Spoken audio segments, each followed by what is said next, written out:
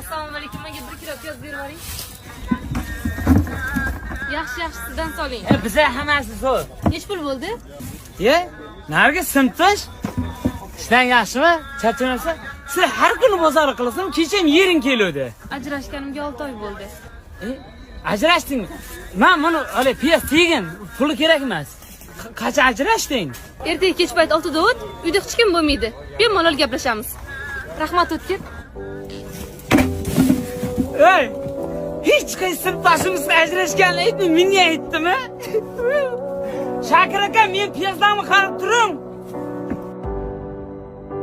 Ertaga kech payt 6 da o't, uyda hech kim bo'lmaydi. Nima deysan, Nargiz? Qayerdan tushasan deyapman. Farqatskiga aka. Kim bilan uchrashyapman-dedi? Nargiz sinfdoshimiz bilan.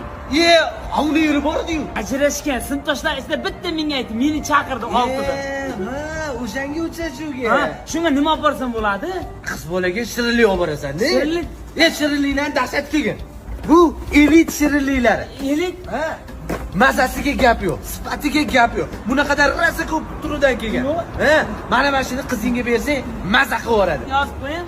Конечно yozib qo'yaman. Omadingni bersin. O'tkir, keldingmi? Men senga elit shirinliklarni olib keldim. Jur birga jeyim sanaqda.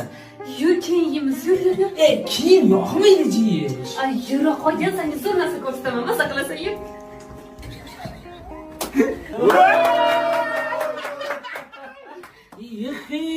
Sinfdoshlar, Iflos, Sallam, Nargiz ajrashib yig'masa, vaqti yig'ib bo'lmaydigan ketsan sinfdoshlar.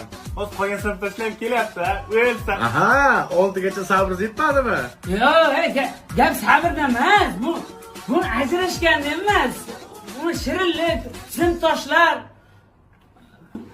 7 oydan keyin kelaman.